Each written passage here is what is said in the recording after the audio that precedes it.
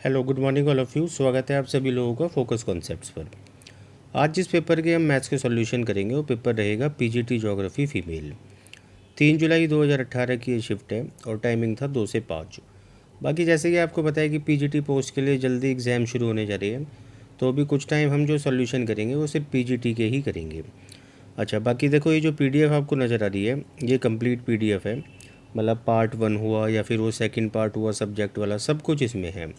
और लास्ट में देखो 20 सॉल्यूशन भी मैंने दिए मैथ्स के यहाँ पर। तो अगर आप इसको डाउनलोड करना चाहते हो तो डिस्क्रिप्शन बॉक्स में आपको लिंक मिल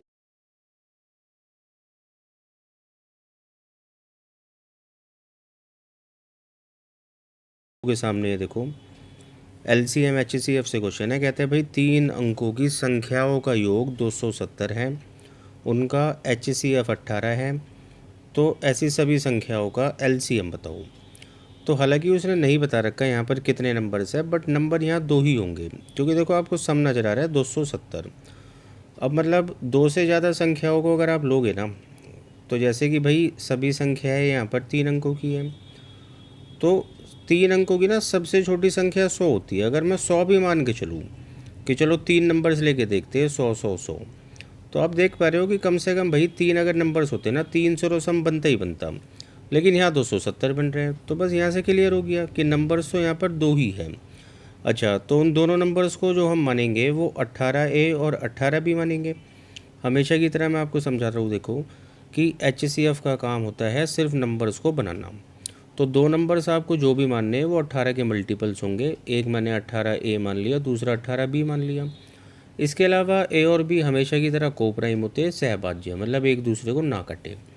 बाकी मैं सॉल्यूशन के थ्रू आपको समझाता हूँ। देखो देखो भाई, सॉल्यूशन आपको नज़र आ रहा है, ये चीज़ मैं आपको समझा चुका हूँ, 2 नंबर्स कैसे मानने हैं आपको। उसके बाद देखो हमें ना योग दे रखा था, तो मैंने दोनों संख्याओं को जब जोड़ा और बराबर कर दिया 270 के, क्योंकि योग हमें 270 दे रखे हैं। बाकी यहाँ से जैसे ही आप 18 कॉमन निकालोगे तो वही 18 देखो 270 को काटेगा 15 बारी। तो इसका मतलब है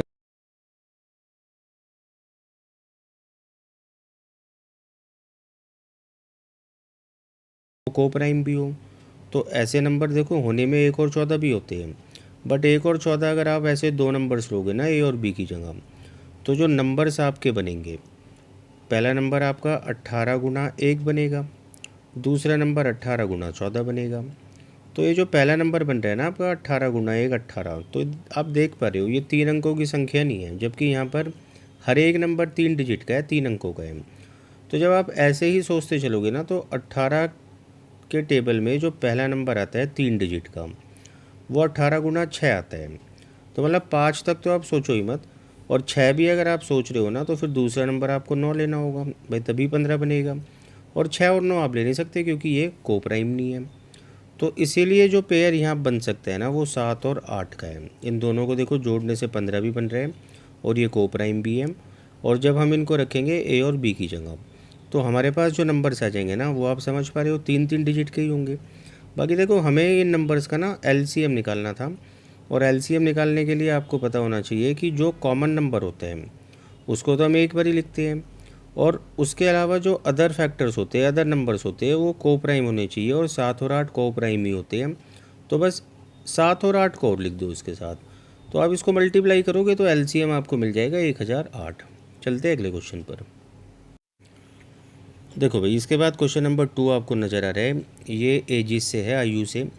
यहाँ पर क्या बोला है कि भाई 3 साल पहले सुधा और करण की आयु का अनुपात 7:1 था। बाकी देखो बेसिक सी बात है, 3 साल का मतलब आप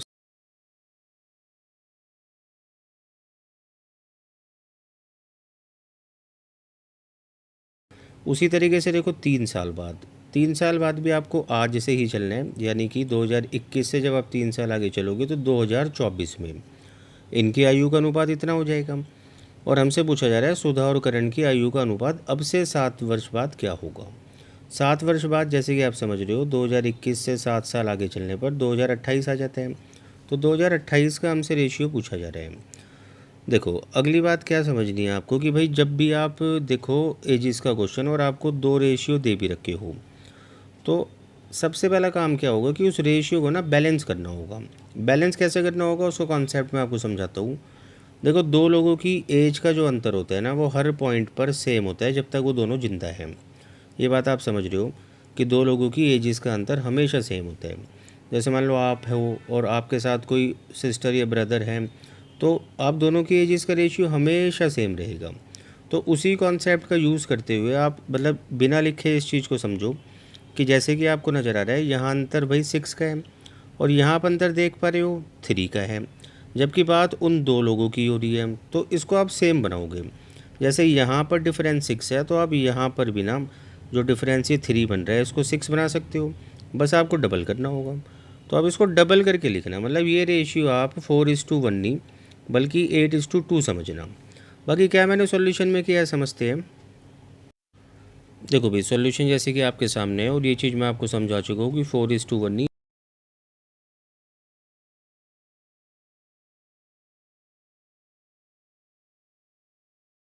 अब जैसे ही ये एज डिफरेंस सेम हो जाएगा ना, तो हमेशा आपको क्या मिलेगा कि इनकी एजेस ना बराबर बराबर आपको बढ़ती नज़र आएगी। जैसे यहाँ भी आपको नज़र आ रही है कि भाई सुधा 7 से 8 होगी या करण 1 से 2 हो गया, तो दोनों की भाई एजेस 1 यूनिट से बढ़ती नज़र आ रही है। हालांकि बढ़नी वो 6 साल से चाहिए, क्योंकि 2018 से 2024 के बीच 6 साल का अंतर होता है। तो अगर 1 यूनिट की वैल्यू 6 है, तो मैं यहाँ पर 6 से मल्टीप्लाई कर सकता हूँ, या फिर मैं यहाँ पर भी अगर 6 से मल्टीप्लाई करूँ तो एजेस मुझे मिल जाएगी। बट मैं 2018 की रियल एजेस बना के चल रहा हूँ। तो 2018 में जैसे कि आप देख पा रहे हो, सुधा की एज 42 है और करण की एज 6 है। और ये चीज़ मैंने आपको समझा दी थी कि हमें आज से 7 साल बाद आगे चलना है। कहने का मतलब है 2028 में चलना है। तो 2028 आप सीधा यहाँ से भी जा सकते हो।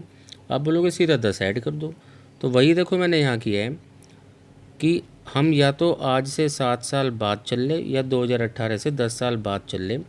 तो ये एजेस थी इन दोनों की 2018 में, 10-10 मैंने जोड़ा। तो ये एजेस इनकी ना देखो 2018 मतलब 2028 की आ गई, जिसका रेशियो आपको मिल रहा है 13:4। तो यही इसका आंसर है। चलते हैं अगले क्वेश्चन पर भाई।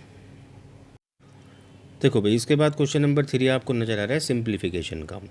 हालांकि छोटी छोटी बातें देखो आपको यहाँ आनी चाहिए, समझ आनी चाहिए। मैं आपको समझाता हूँ। जैसे देखो, मान लो किसी भी बार वाले नंबर को उठा लेते हैं। मैं इसको उठा लेता हूँ 0.7 बार। तो बस आपको आना ये चाहिए कि भाई हम इसको विदाउट बार मतलब फ्रैक्शन में कैसे लिखें। तो मैं शॉर्टकट आपको बता देता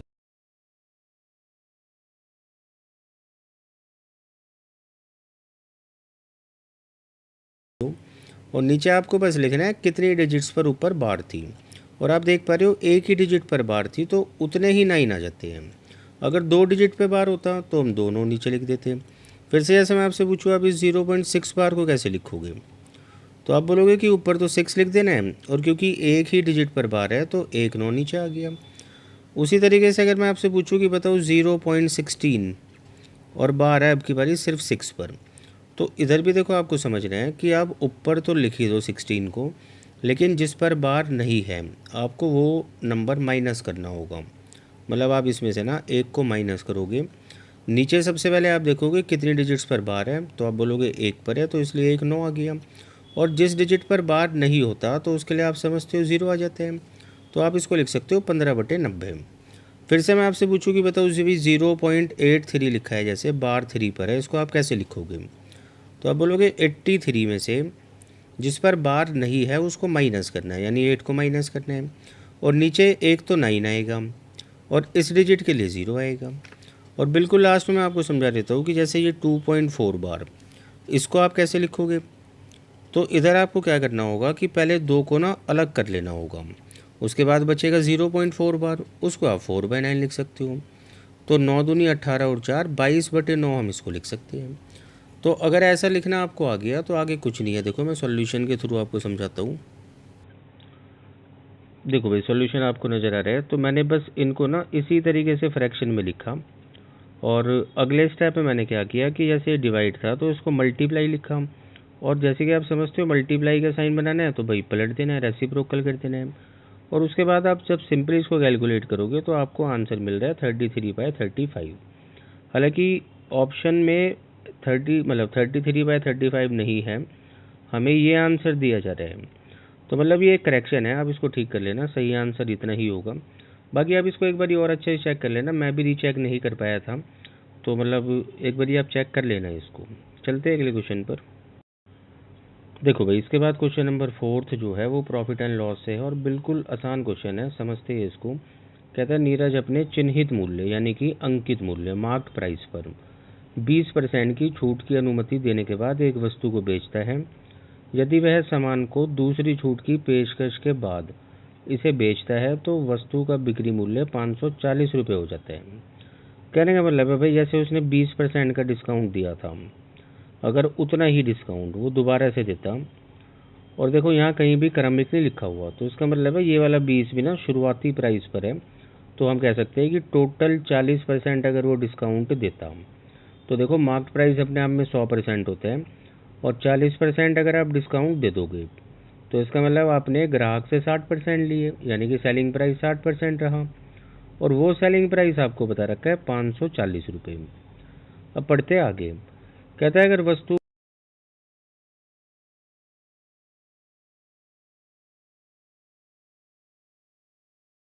% घटाओगे तो फिर सेलिंग प्राइस उस केस में 70% होता, और वही सेलिंग प्राइस हमसे रुपए में पूछा जा रहा है।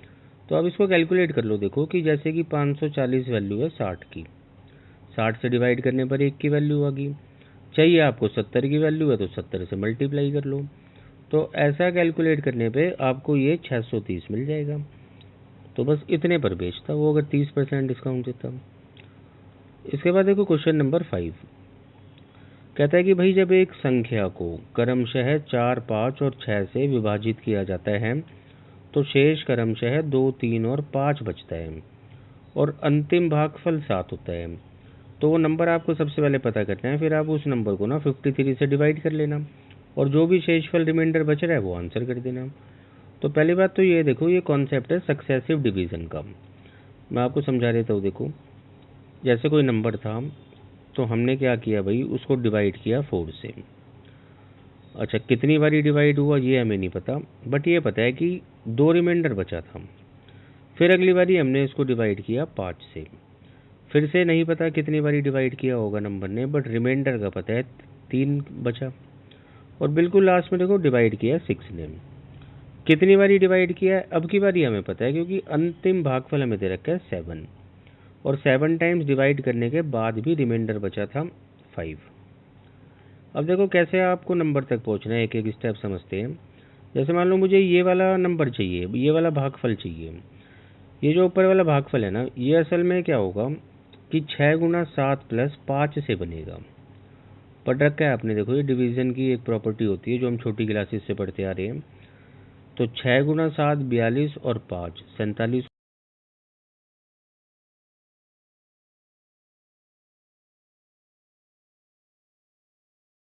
तो फिर से सेम प्रोसेस है कि आप 5 को ना मल्टीप्लाई करोगे इस 47 के साथ, और 3 आप जोड़ दोगे। तो आप बोलोगे 47 इंटू 5 होता है, देखो 235 प्लस 3 238। चलो ये नंबर 238 बन गया। अब लास्ट में अगर जैसे मुझे नंबर चाहिए तो फिर से वही प्रोसेस होगा कि आप 4 की मल्टीप्लाई करोगे 238 के साथ और 2 जोड़ दोगे। तो आप कैलकुलेट इसको जब कर लोगे ना, तो नंबर आपको मिल जाएगा भाई 954। मतलब 238 इंटू 4 होता है 952, 2 जोड़ोगे तो 954। और बस अब इसी नंबर को डिवाइड करना है 53 से। तो भाई 53 1 टाइम्स डिवाइड करेगा तो 53 बचा 2, और 4 उतारा यहाँ से 4, और पूरा 8 टाइम्स में ना ये 4 2 4 ही बनाता है। तो इसका मतलब है जो रिमाइंडर बचेगा ना शेषफल, वो 0 बचेगा। बाकी सॉल्यूशन नीट एंड क्लीन है नीचे, अब वहाँ से इसको चेक कर लेना। इसके बाद आ जाते हैं भाई क्वेश्चन नंबर 6 में। बहुत अच्छा क्वेश्चन है। कहता है एक नंबर तो है 72, एक नंबर है 120, और एक नंबर y है जिसके बारे में हमें नहीं पता।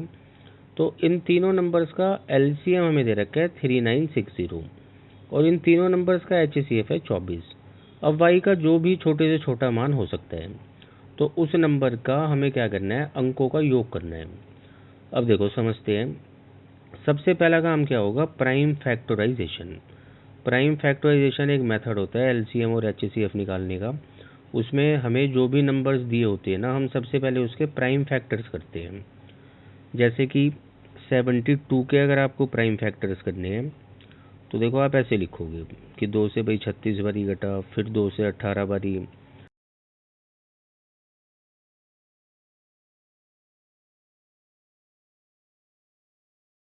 फैक्टर्स लिखोगे 2 की पावर 3 इंटू में 3 की पावर 2।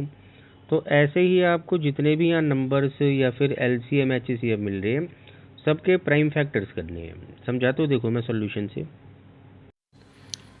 देखो भाई, जैसे कि आपको नज़र आ रहा है मैंने सॉल्यूशन यहाँ आपको करके दिखाया है। सबसे पहले मैंने प्राइम फैक्टर्स बनाए हैं, 72 के मैंने आपको बना के दिखाए थे। उसी तरीके से आप 120 के बनाओगे तो ये बनेंगे। LCM 3960 था, उसके फैक्टर्स देखो ऐसे बनाओगे। HCF 24 था तो 24 के प्राइम फैक्टर्स बनते हैं ऐसे। अब आपको सबसे पहले देखो 2 बातें पता होनी चाहिए कि हम जो LCM निकालते हैं ना वो कैसे निकालते हैं। तो आपको देखो नज़र आ रहा है कि LCM निकालने के लिए जो भी प्राइम नंबर्स यूज़ हुआ है आप उसको एक एक बारी लिखो, और उसी प्राइम नंबर की ना जो सबसे बड़ी पावर आपको नज़र आ जाए उसको लिखो। HCF के लिए क्या करना होता है, केवल कॉमन प्राइम नंबर को ही लिखना होता है। मतलब अगर 2 आप लिख रहे हो तो वो हर एक नंबर के फैक्टर में होना चाहिए, और आप सबसे छोटी पावर उसकी लिखते हो। अगर ये चीज़ें आपको पता है देखो तो और अच्छे से आपको समझ में आएगा इसका सॉल्यूशन। वही मैंने यहाँ किया है कि जैसे मुझे HCF में ना 2 और 3 नज़र आया, तो इसका मतलब है कि भाई ज़रूर तीसरे नंबर में भी 2 और 3 तो होगा ही होगा। अभी मैंने आपको बताया कि HCF में हम उन्हीं नंबर्स को उठाते हैं जो कॉमन प्राइम नंबर होते हैं। तो 2 और 3 अगर HCF में है तो वो 2 और 3 देखो यहाँ भी है, सेकंड नंबर में भी है, तो थर्ड में भी होना चाहिए। उसके अलावा अब LCM में हम क्या करते हैं कि उन प्राइम नंबर्स को लिखते हैं जो कहीं ना कहीं यूज़ हुए हैं। तो चलो ठीक है भाई, 2 यहाँ से उठा लिया होगा या यहाँ से उठाया होगा, 3 भी कहीं से उठा लिया होगा, लेकिन 5 भी देखो चलो यहाँ से उठा लिया। आपको 11 नज़र नहीं आ रहा, ना तो 11 यहाँ है ना यहाँ है, तो इसका मतलब भाई 11 यहाँ होना चाहिए थर्ड नंबर में। अब बात करते हैं इनकी पावर्स की। एक तो आपको समझना है कि 11 की पावर मैंने यहाँ पर एक ही क्यों लिखी, क्योंकि मुझे LCM में जो भी प्राइम नंबर की पावर उठानी है ना वो बड़ी से बड़ी उठानी है। तो इसका मतलब है कि 11 की पावर अगर एक है ना LCM में, तो इससे बड़ी पावर मैं किसी भी नंबर में नहीं ले सकता, इसलिए मैंने 11 की पावर एक ली। उसके अलावा अब यहाँ पर मैंने पावर्स को 2 की पावर को 3 और 3 की पावर को एक ही क्यों चलाया। तो HCF में हमें सबसे छोटी पावर्स उठानी होती है, अभी मैंने आपको समझाया है। और सबसे छोटी पावर्स आप देखोगे ना तो 2 की पावर सबसे छोटी 3 है, तो देखो यहाँ भी आपको 2 की पावर 3 नज़र आ रही है, यहाँ भी। तो थर्ड नंबर में भी ना मुझे या तो 2 की पावर 3 या उससे बड़ी उठानी होगी, लेकिन जैसे कि थर्ड नंबर हमने छोटे से छोटा बनाना है तो इसीलिए सबसे छोटी पावर तो 2 की पावर 3 उठानी ही पड़ेगी। और सेम रीज़न 3 की पावर 1 का भी है। खैर यहाँ से जो थर्ड नंबर आपका बना वो 264 बना, और इसका सम ऑफ डिजिट्स होता है 12, तो 12 इस क्वेश्चन का आंसर रहेगा। चलते हैं अगले क्वेश्चन पर। देखो भाई, क्वेश्चन नंबर 7 फिर से एक अच्छा क्वेश्चन है, और कैसे इसको मतलब हैंडल करना है। तो सबसे पहले आपको पता होना चाहिए रैशनलाइजेशन। जैसे मान लो मैं यहाँ लिखूँ 1/√5 + √2। अब मैं आपसे पूछूँ कि इसको भाई रैशनलाइज बताओ कैसे करते हैं। तो रैशनलाइज का मतलब क्या होता है कि जो फॉर्म आपको नज़र आ रही है ना डिनोमिनेटर में, ऐसी फॉर्म हमें न्यूमरेटर में नज़र आए, ये मोटिव होता है रैशनलाइज करने का। नीचे ना नज़र आए, ये चीज़ हमें ऊपर नज़र आए। तो देखो हम करते क्या है कि जो भी हमें यहाँ पर नज़र आ रहा है साइन √5 और √2 के बीच में, जैसे कि प्लस नज़र आ रहे हैं, तो आप इसके उल्टे साइन के साथ यानी कि √5 - √2 से मल्टीप्लाई करोगे न्यूमरेटर को भी और डिनोमिनेटर को भी। अगला स्टेप क्या होगा, जैसे कि आप समझ रहे हो कि भाई ये a + b मान ले अगर हम, और इसको a - b मान लें, तो ये फार्मूला होता है a² - b²। तो आप नीचे लिखोगे √5 का स्क्वायर माइनस √2 का स्क्वायर। अच्छा, √5 का स्क्वायर 5 होता है, √2 का स्क्वायर 2 होता है, और 5 में से 2 गया तो नीचे बचा 3, और ऊपर आपको नज़र आ रहा है कि 1 से इसको मल्टीप्लाई करने पर √5 - √2 हो जाएगा। तो ये तो है चलो 1-2 स्टेप्स करने के बाद। अब यहाँ पर हमें पता होना चाहिए कि हम सीधा सीधा कैसे लिखें इसको। तो सीधा सीधा लिखने का क्या तरीका है, देखो वो भी मैं आपको बताता हूँ। मतलब सीधा आप एक ही स्टेप में कैसे रैशनलाइज करोगे। तो आपको करना क्या है कि मतलब जो भी यहाँ साइन नज़र आ रहा है उसका उल्टा साइन आप लिखोगे न्यूमरेटर में, मतलब सेम नंबर्स को आप लिखोगे उल्टे साइन के साथ।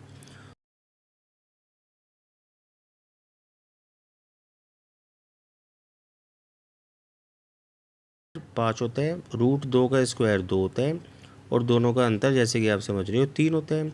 तो ऐसे आप इसको लिख सकते हो सीधा सीधा। तो देखो वही चीज़ मैंने यहाँ की है, मैं सॉल्यूशन से आपको दिखाता हूँ। देखो सॉल्यूशन आपके सामने है। आप क्या करोगे कि इस लेफ्ट हैंड साइड में ना रैशनलाइजेशन करोगे। तो जैसे कि आपको नज़र आ रहा है, मैंने अभी आपको बताया कि ये चीज़ एक तो भाई साइन पलट कर ऊपर चली जाएगी, रूट 2 प्लस रूट 2 हो गया। नीचे क्या बचेगा, इनके वर्गों का अंतर। रूट 10 का वर्ग आप समझते हो 10 होता है, रूट 2 का वर्ग 2 होता है। तो दोनों का अंतर देखो नीचे 8 बनना चाहिए था, बट वही 8 ना मैंने इस 8 से काट दिया, तो इसलिए आपको डिनोमिनेटर नज़र नहीं आ रहा। तो इसी तरीके से आप रैशनलाइज करते चलना।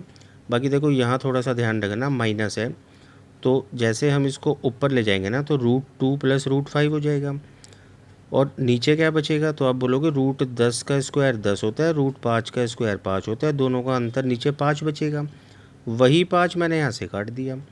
तो इसीलिए यहाँ पे आपको सिर्फ रूट 2 नज़र आ रहे हैं। और यहाँ ब्रैकेट मैंने इसलिए लिया है क्योंकि माइनस के साथ ना साइन चेंज होती है, बेसिक बात है, आप समझते हो। यहाँ आप देखोगे तो ऊपर तो आप ले जाओगे रूट 2 प्लस रूट 5, लेकिन इनके वर्गों का अंतर ना असल में 3 नहीं -3 बनेगा। तो 3 से 3 तो कट जाएगा, लेकिन वही माइनस जब ऊपर जाएगा ना तो इसको प्लस बना देगा।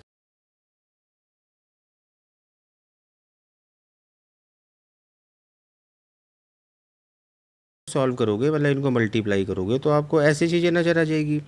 और उसके बाद क्या होगा, बहुत सारी चीज़ें ना कटती नज़र आएगी। जैसे रूट 10 से रूट 10 हुआ, रूट 20 से रूट 20 हुआ, तो या तो बचेगा भाई 2 रूट 50, या फिर बचेगा ये वाला पार्ट। अब बाकी देखो रूट 50 को भी लिखने का एक तरीका होता है, जैसे कि हम रूट 50 को लिख सकते हैं 25 इंटू 2, और 25 आपको पता है कि 5 का स्क्वायर होता है, तो आप इसको ऐसे भी लिख सकते हो। बस वही मैंने इस तरीके से लिखते हुए इसको कैलकुलेट किया, तो थोड़ा सा आगे चल के देखो मुझे ऐसे मिला। यही दो मैंने मल्टीप्लाई करा दिया, तो आपस में इनको कंपेयर करा दिया। अब कंपेयर कैसे करना है कि जो बिना रूट के साथ आपको नंबर नज़र आ रहा है ना, वो 2a के बराबर होगा, और रूट वाला जो पार्ट है वो इसके बराबर होगा। तो आपस में इनको बराबर रखते हुए हमें a और b की वैल्यू मिल रही है 1 और 21/2। बाकी इस पार्ट की हमें वैल्यू निकालनी थी। आप a को 1 रखोगे, b को 21/2, तो सिंपली आपको मिल जाएगा -6। चलते हैं अगले क्वेश्चन पर। देखो भाई इसके बाद क्वेश्चन नंबर 8 पोर्ट स्ट्रीम से आसान क्वेश्चन है, आपको समझना है। देखो कहता है एक व्यक्ति द्वारा धारा के अनुकूल, धारा के अनुकूल का मतलब इंग्लिश में डाउन स्ट्रीम होता है, और ये केस b प्लस डब्लू वाला होता है। अनुकूल में इस स्पीड से बोट तैरती है। तो जितना मतलब इसने नौका चलाई, जितनी दूरी इसने चली अनुकूल में, अब इसने उतनी ही दूरी ना प्रतिकूल में भी चली, मतलब b माइनस डब्लू की स्पीड से भी चली। तो कहता है कि भाई यहाँ जो टाइम लगा था वो 2/3 है इस टाइम का, मतलब अगर आप मानोगे यहाँ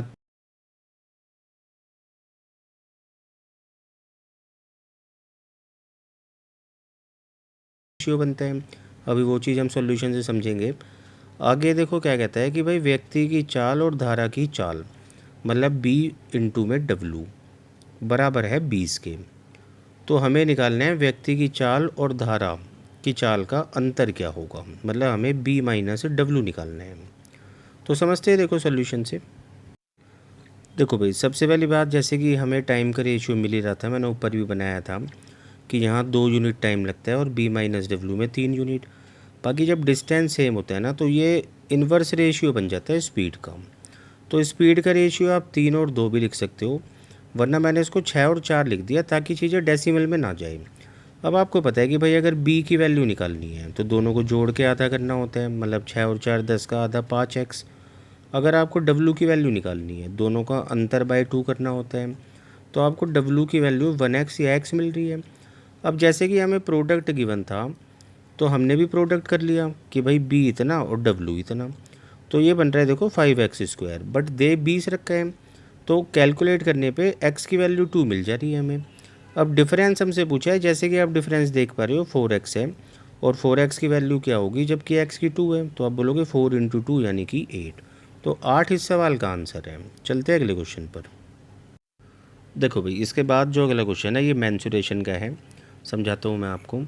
कहता है गोले की त्रिज्या 250√3 सेंटीमीटर है, देखते ही काट देना, क्योंकि आपको नज़र आ रहा है सारे ऑप्शंस ना रेशियो में, मतलब रेशियो के लिए रियल डाटा इंपॉर्टेंट नहीं होता। कहता है इसके अंदर एक बड़ा घन लगाया जाता है। अब आप ध्यान से समझना, देखो पहले तो था एक गोला, और इस गोले के अंदर क्या किया कि ये घन रख दिया, मतलब मैं आपको ना 2D में बना के दिखा रहा हूँ, इस तरीके से आपको नज़र आएगा 2D वर्जन। तो ये जो रखा है मैंने अंदर स्क्वायर जो आपको नज़र आ रहा है, ये एक्चुअली में क्यूब है। और इसी क्यूब के अंदर देखो, मैं इस क्यूब को दोबारा से बना रहा हूँ, और इस क्यूब के अंदर ना आपको एक दूसरा गोला रखना है इस तरीके से। अब देखो यहाँ पर दोनों में एक चीज़ कॉमन है और वो है क्यूब। तो मैं क्या करूँगा, यहाँ भी क्यूब की साइड निकालूंगा और यहाँ भी निकालूंगा और आपस में बराबर कर दूंगा। हाँ, ये जो बड़ा स्फेयर है ना, बड़ा गोला, इसकी रेडियस को मैं मान लेता हूँ कैपिटल आर, मतलब बड़ा आर।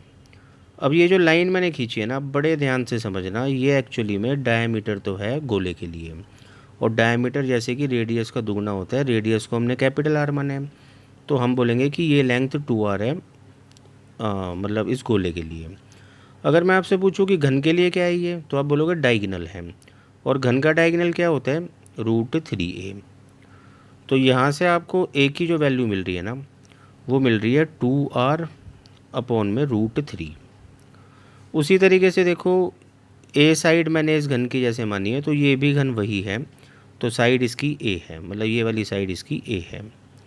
अब मैं आपसे पूछूं जैसे कि ये क्या है भाई, तो आप बोलोगे कि ये मतलब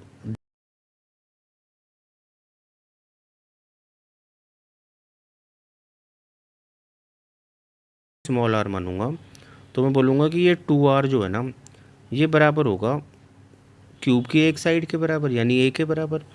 तो दोनों तरफ देखो मैंने ए की वैल्यू निकाल ली। अब आप इन दोनों को ना आपस में बराबर कर लो, ताकि आपको इस वाले गोले की और इस गोले की त्रिज्याओं का अनुपात मिल जाए। और जब त्रिज्याओं का अनुपात मिल जाएगा, तो वहाँ से हम उनका आयतन भी निकाल सकते हैं। बाकी देखो मैं आपको सॉल्यूशन से समझा देता हूँ। देखो भाई, जैसे आप इन दोनों को बराबर करोगे, मतलब ए की वैल्यूज़ को, तो आपको स्मॉल आर और कैपिटल आर का ना रेशियो मिल गया 1 और √3। अच्छा, अब आयतनों का क्या होता है फॉर्मूला, मतलब आयतन का, तो वो होता है वैसे तो 4/3 पाई आर क्यूब, लेकिन 4/3 पाई आपस में कैंसिल हो जाएगी और बचेगा आर क्यूब। तो आपको सिंपली इनका क्यूब कर देना है। 1 का क्यूब आप समझ रहे हो 1 ही होता है, और √3 का आप क्यूब करोगे तो 3√3 होता है। तो मतलब ये इनके आयतनों का अनुपात बनेगा। चलते हैं अगले क्वेश्चन पर। देखो भाई, इसके बाद जो आपको अगला सवाल नज़र आ रहा है, तो इसमें कुछ नहीं है, ये बेसिक क्वेश्चन है, आप इसको खुद से कर सकते हो। बोर्ड मास लगाना है, फ्रैक्शन सॉल्व करनी है, तो बहुत आसानी से मतलब इसका आंसर आपको मिल जाएगा। इसके बाद देखो क्वेश्चन नंबर 11 आपको नज़र आ रहा है, परसेंटेज से है, और कहता है एक परीक्षा में ए को बी से 50% ज़्यादा अंक मिले।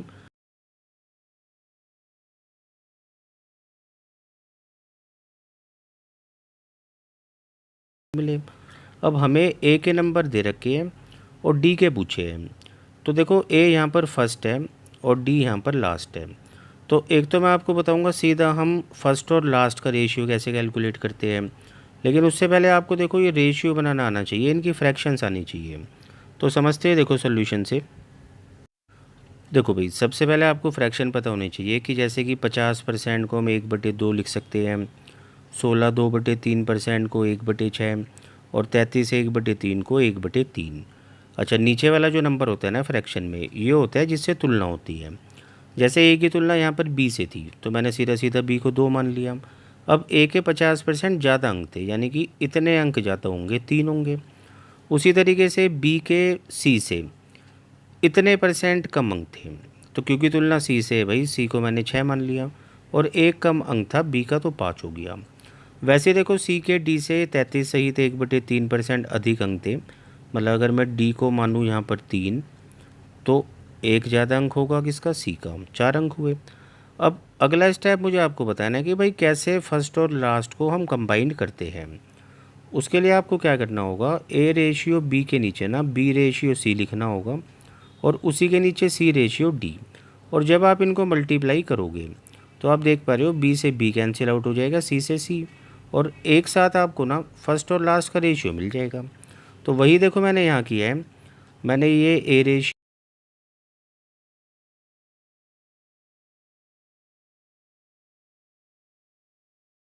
है कि भाई ए और डी का रेशियो मिलेगा। अब देखो जितना भी कैंसिल आउट हुआ मैंने कर दिया, जैसे 3 से 3 कटा, 2 से ये नंबर 2 बार ही कटा। तो ए और डी का जो रेशियो आपको मिल रहा है वो 10 और 6 मिल रहा है, हालांकि और भी छोटा हो सकता था बट मैंने इसको यहाँ छोड़ दिया। अब देखो ए के हमें ना इतने नंबर दे रखे हैं जो कि 16 गुना है, तो फिर इसको भी आप 16 गुना कर दो, तो डी के नंबर होंगे 96। और परसेंटेज अगर हमें निकालनी है तो 96 नंबर देखो जैसे कि 400 में से होंगे और परसेंट के लिए 100, तो कैलकुलेट करने पर आपको 24% मिल जाएगा। चलते हैं अगले क्वेश्चन पर। देखो भाई इसके बाद जो क्वेश्चन आपको मिल रहा है ये पाइप और टंकी से है। कहता है 3 पाइप लगे हैं ए बी सी एक टंकी में। अब ए जो है वो टंकी को 10 मिनट में, बी जो है 20 मिनट में भर सकता है। सी जबकि खाली करने वाला पाइप है पूरी भरी टंकी को 12.5 मिनट में खाली कर सकता है। 9 बजे हमने ए और सी को खोला था और 9:30 बजे हमने ए को बंद कर दिया और उसकी जगह बी को खोल दिया, मतलब आधे घंटे तक ही चले ए और सी। तो टंकी कितने बजे खाली हो जाएगी? समझते हैं देखो सोल्यूशन से। देखो भाई जैसे कि बेसिक बात है,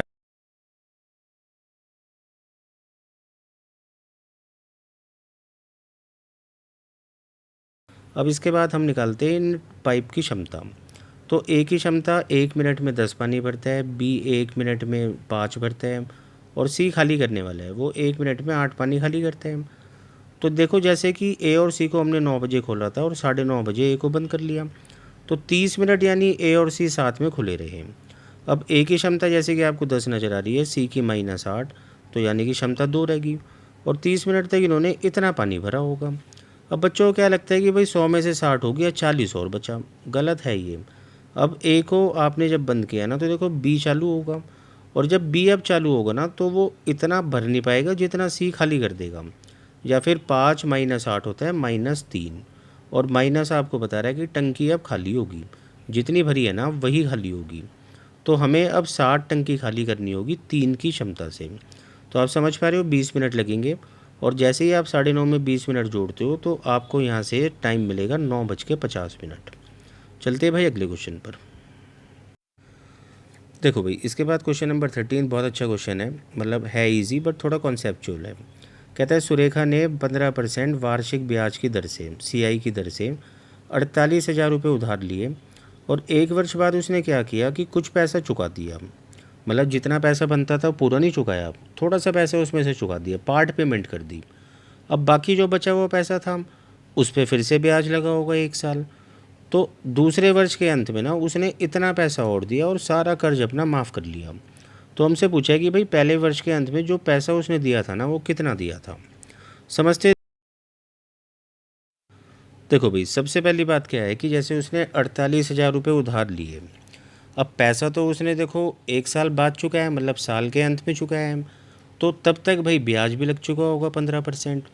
तो 48,000 का 15% ये ब्याज है और इसी में अगर प्रिंसिपल में मैं इसको जोड़ देता हूँ तो टोटल इतना पैसा ब्याज समेत उसको देना चाहिए था। लेकिन उसमें से ना मतलब 55,200 में से उसने कुछ पैसा दिया। कितना पैसा है वो मैं मान लेता हूँ ए है, लेकिन ए रुपए देने के बाद कुछ पैसा उसने छोड़ा होगा। अब उसी पर अगले साल ब्याज लगा होगा, कितना परसेंट? 15%। बाकी कितना वो पैसा उसने दिया कितना छोड़ा देखो हमें कुछ नहीं पता, लेकिन फाइनल जो उसने पैसा दिया है वो हमें पता है। तो यहाँ से मैंने 15% की ना फ्रैक्शन बना ली कि भाई अगर पैसा देने के बाद मान लो 20 रुपये उसने बचा लिए थे तो उस पर भी 3 रुपये ब्याज लगेगा, तो यानी कि अब उसे 23 रुपये देने हैं, बट उसने दिया इतना पैसा है। तो 23 यूनिट की वैल्यू इतनी है तो 1 यूनिट की 1590 होगी और 20 यूनिट की वैल्यू होगी 31,800। तो इसका मतलब है कि 55,200 में से 31,800 अभी भी उसके ऊपर पेंडिंग था और कितना पैसा उसने दिया होगा, तो 55,200 में से 31,800 आप हटा लो, तो यहाँ से आपको मिलेगा कि भाई इतना पैसा उसने दिया होगा 1 साल के अंत में। तो उम्मीद है भाई ये चीज़ समझ में आई होगी। चलते हैं बाकी अगले क्वेश्चन पर।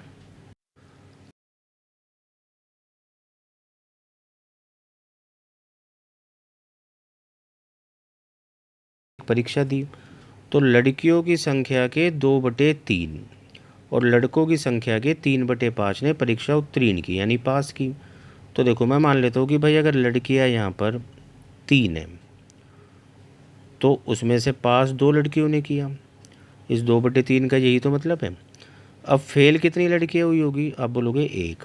उसी तरीके से देखो लड़कों में से ना 3/5 ने परीक्षा पास की, तो इसका मतलब है 5 में से अगर 5 लड़के हैं तो उनमें से 3 ने पास की और 2 हो गए होंगे फेल।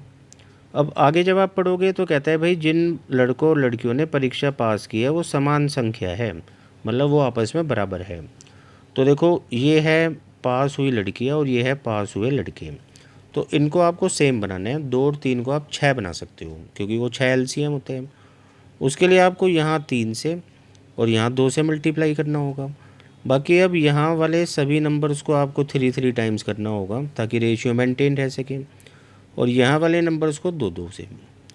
अब देखो आप टोटल देखोगे ना, हमसे पूछा जा रहा है भाई कितना भाग पास हुआ, तो 6 और 6 टोटल 12 बच्चे पास हुए। और जब भी भाग की बात होती है ना तो फ्रैक्शन में से बताना होता है आउट ऑफ कितने में से, तो आप बोलोगे आउट ऑफ इतने में से, 10 और 9 19 में से। तो यही इस सवाल का आंसर होगा। चलते हैं बाकी भाई, इसके बाद कॉम्प्रीहेंशन स्टार्ट हो जाता है। देखो बड़े ध्यान से आपको समझना है, और ऐसे कॉम्प्रीहेंशन पहले भी हमने सॉल्व किए हैं, बेसिक आइडिया आप लोगों को पता है। सबसे पहला काम क्या होता है कि भाई देखो रियल डाटा जो दे रखा है ना यहाँ पर, इसका तो कोई काम है नहीं, क्योंकि बिना देखे मैं आपको बता रहा हूँ कि जो 2 पार्ट्स हमसे पूछे होंगे ना वो परसेंटेज या रेशियो में ही पूछे होंगे, जिनके लिए रियल डाटा का कोई काम नहीं है। तो छात्रों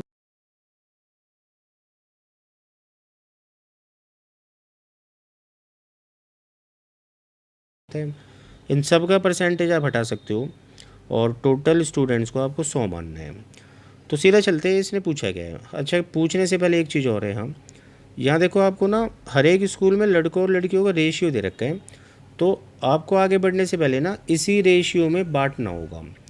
अब समझते हैं देखो कैसे बांटने हैं। जैसे आपको नज़र आ रहा है भाई स्कूल ए में देखो टोटल 12 बच्चे हैं, और इन 12 में से लड़के और लड़कियां किस रेशियो में हैं, तो वो 9:8 है। तो 12 को भाई कैसे 9:8 में बांटना है वैसे तो आपको पता है, बट मैं एक बार रिवाइज़ करा देता हूँ कि 9 और 8 बनाता है 17। तो एक तरीके से 17 की वैल्यू 12 है। तो मैं पूछूँ ये 1 यूनिट की वैल्यू क्या होगी, या फिर 17 का कितने गुना होता है 12, तो आप बोलोगे 12/17 गुना होता है। तो अब आप इसको भी और इसको भी 12/17 से गुना कर लो।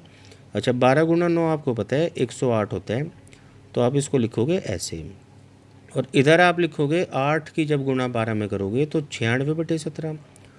तो आपको सबसे पहला काम क्या करना है कि बॉयज़ और गर्ल्स को ना मतलब इसी रेशियो में बांटने हैं।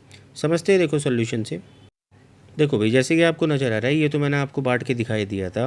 अगले में आपको ना 16 को बांटना है इस रेशियो में। तो आप बोलोगे देखो 11 और 13 तो होता है भाई 24, 24 की वैल्यू 16 है, तो 16/24 जब आप लिखोगे तो यहाँ से आपको 2/3 मिल रहे हैं। तो सिंपली आप इनको 2/3 से मल्टीप्लाई कर दो, मतलब 3 तो नीचे लिख ही दो, ऊपर 2 से मल्टीप्लाई कर दो। तो आप बोलो 11 दूनी पाई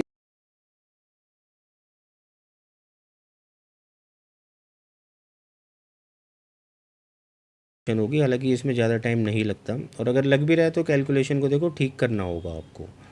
अब ऐसा बांटने के बाद जो क्वेश्चन ने हमसे पूछा था, तो वो क्या पूछा था कि जो लड़कियां हैं ना ए बी और सी में, तो वो सभी स्टूडेंट्स का कितना परसेंट है।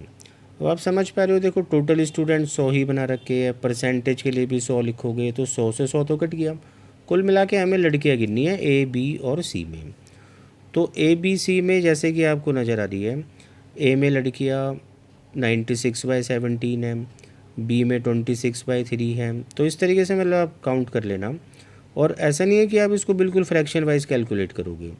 देखो आप इसको थोड़ा सा डिवाइड करके देखोगे ना तो 17 × 5 85 होता है, फिर बचा 11 पॉइंट लगाया 0 110, 17 × 6 102। ऐसे जब आप इसको थोड़ा सा देखोगे रफली करके तो 8.6 के समथिंग आ जाएगा, और ये तो 10 है ही। तो जोड़ के जब आप देखोगे तो 24.3% ऑप्शन में है, उसी के अप्रोक्स हो जाएगा। अगला क्वेश्चन जो इस पे पूछा था हमसे वो क्या था कि भाई जो लड़के हैं ना स्कूल ई में, तो वो तो हमने देखो ऊपर रेशियो में बांटने के बाद देख ही लिए 18 लड़के हैं। तो अब ये कौन से स्कूल में मतलब लड़कियों के बराबर है, कौन से 2 स्कूल में। तो देखो बी और डी मैंने यहाँ आंसर दिया है, आपको मैं दिखाता हूँ। बी और डी में आपको नज़र आ रहा होगा इतनी और इतनी लड़कियाँ हैं। तो जब दोनों का आप जोड़ोगे, देखो एलसीएम लेने की नौबत नहीं है, डिनोमिनेटर सेम है। ऊपर आप जोड़ोगे 26 + 28 तो 54 बन जाएगा, और ये 18 बन रहे हैं। तो इसका मतलब बी और डी में जितनी लड़कियों की संख्या है उसके बराबर है। बाकी चलते हैं अगले कॉम्प्रीहेंशन पर। इसके बाद देखो जो आपको ये लाइन चार्ट नज़र आ रही है, तो इस पर भी 2 क्वेश्चन पूछता है डीएसएसबी, मतलब पीजीटी में हमेशा उसने पूछे हैं। तो यहाँ से देखो एक तो ये फार्मूला दे के रखते हैं कि प्रॉफिट परसेंट जो है वो बराबर है आय माइनस खर्च बटे में खर्च। इस 100 को आप काट दो, क्योंकि हम परसेंट जो भी होगी ना उसको फ्रैक्शन में बना के चलने वाले हैं। अब मेन बात क्या समझनी है कि अगर हम इन दोनों को जोड़ दें, मतलब किसी भी फ्रैक्शन में अगर न्यूमरेटर डिनोमिनेटर को जोड़ेंगे तो हमें वहाँ से ना आय मिलेगी, और उसका प्रूफ आपको यहाँ से मिल रहा है। जब आप इन दोनों को जोड़ोगे तो व्यय से व्यय कट जाएगा, आय बचेगी। बाकी चलते हैं सीधा, जैसे कि आपको नज़र आ रहा है यहाँ पर ब्लू लाइन आपको बता रही है कि कंपनी ए का कितना % प्रॉफिट है किस ईयर में, और रेड लाइन आपको बता रही है कि कंपनी बी का किस ईयर में कितना प्रॉफिट % है। अब क्वेश्चन में कहता है कि भाई 2015 में कंपनी ए और बी के खर्च का अनुपात ना 4:5 था, तो उस वर्ष उनकी आय का अनुपात क्या था। अब देखो ये 2015 है, और कंपनी ए का आपको प्रॉफिट % नज़र आ रहा है 35 और बी का नज़र आ रहा है 50। तो सीधा सॉल्यूशन के थ्रू समझते हैं। देखो तो भाई बात ऐसी है कि 2015 में कंपनी ए का, जैसे कि मैंने आपको प्रॉफिट % ऊपर से देख के बताया था, 35% था, और कंपनी बी का 50% था। तो इन दोनों की जब आप फ्रैक्शन बनाओगे ना, तो 35% की फ्रैक्शन 7/20 होती है, और 50% की 1/2, या फिर 10/20 भी आप लिख सकते हो। तो 10/20 लिखने का फ़ायदा क्या होगा कि मैंने दोनों के खर्च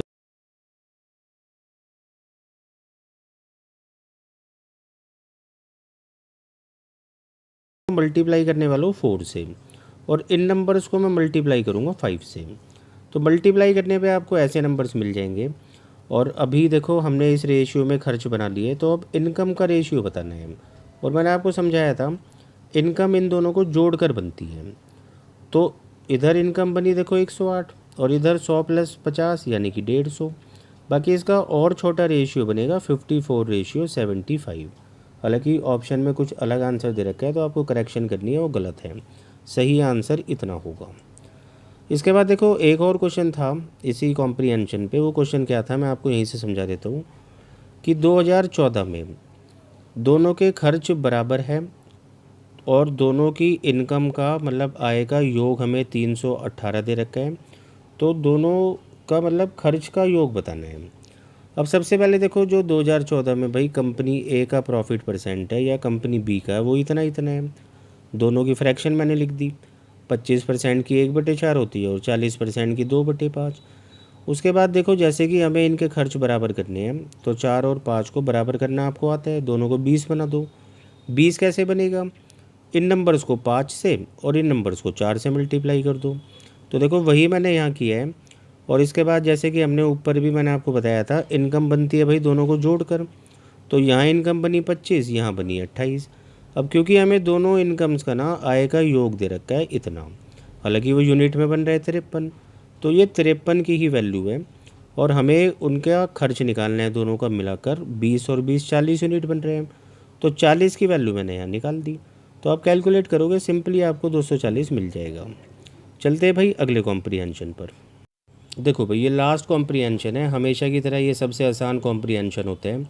आपको यहाँ बता रखा है कि भाई किस ईयर में और कौन सी टाइप कार ए है, मतलब यहाँ पर कार बी है, कितनी कितनी कारें बेची गई हैं। तो डाटा आपको बहुत सिंपली सामने दिखा रखा है। सीधा क्वेश्चन पे चलते हैं। पहला क्वेश्चन इस पे ये पूछा जा रहा है कि जो बी टाइप की कारें हैं, तो बी टाइप की कारों की बिक्री कितने सालों में कंपनी द्वारा बेचे जाने वाले प्रति वर्ष ए टाइप की कारों के औसत संख्या से अधिक होगी। सबसे पहले देखो आपको टाइप ए कारों का ना औसत निकालना होगा। समझते हैं सॉल्यूशन से। देखो भाई ये टाइप ए की इतनी इतनी कारें बेची गई है, इन सब का आपको एवरेज निकालना है, क्योंकि ये नंबर ऑफ टर्म 6 है, 6 से डिवाइड कर देना। तो एवरेज 62.5 आ रहा है। अब हमें ग्राफ में बस ये देखना है कि टाइप बी की जो कारों की बिक्री हुई है ना, तो कितने वर्षों में इससे ज़्यादा हुई है।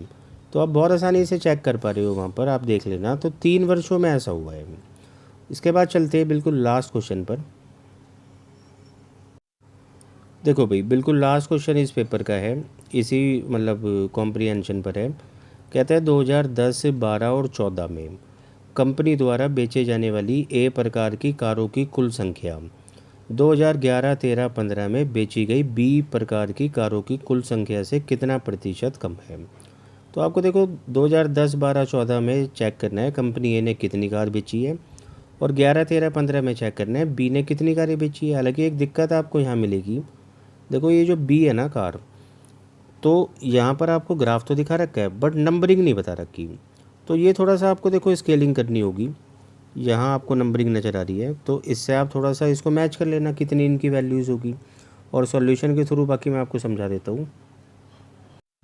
तो देखो भाई 2010, 12 और 14 में जो टाइप ए की बेची गई कारें, मतलब टाइप ए वाली जो कारें बेची गई है वो इतनी इतनी है, यानी 190।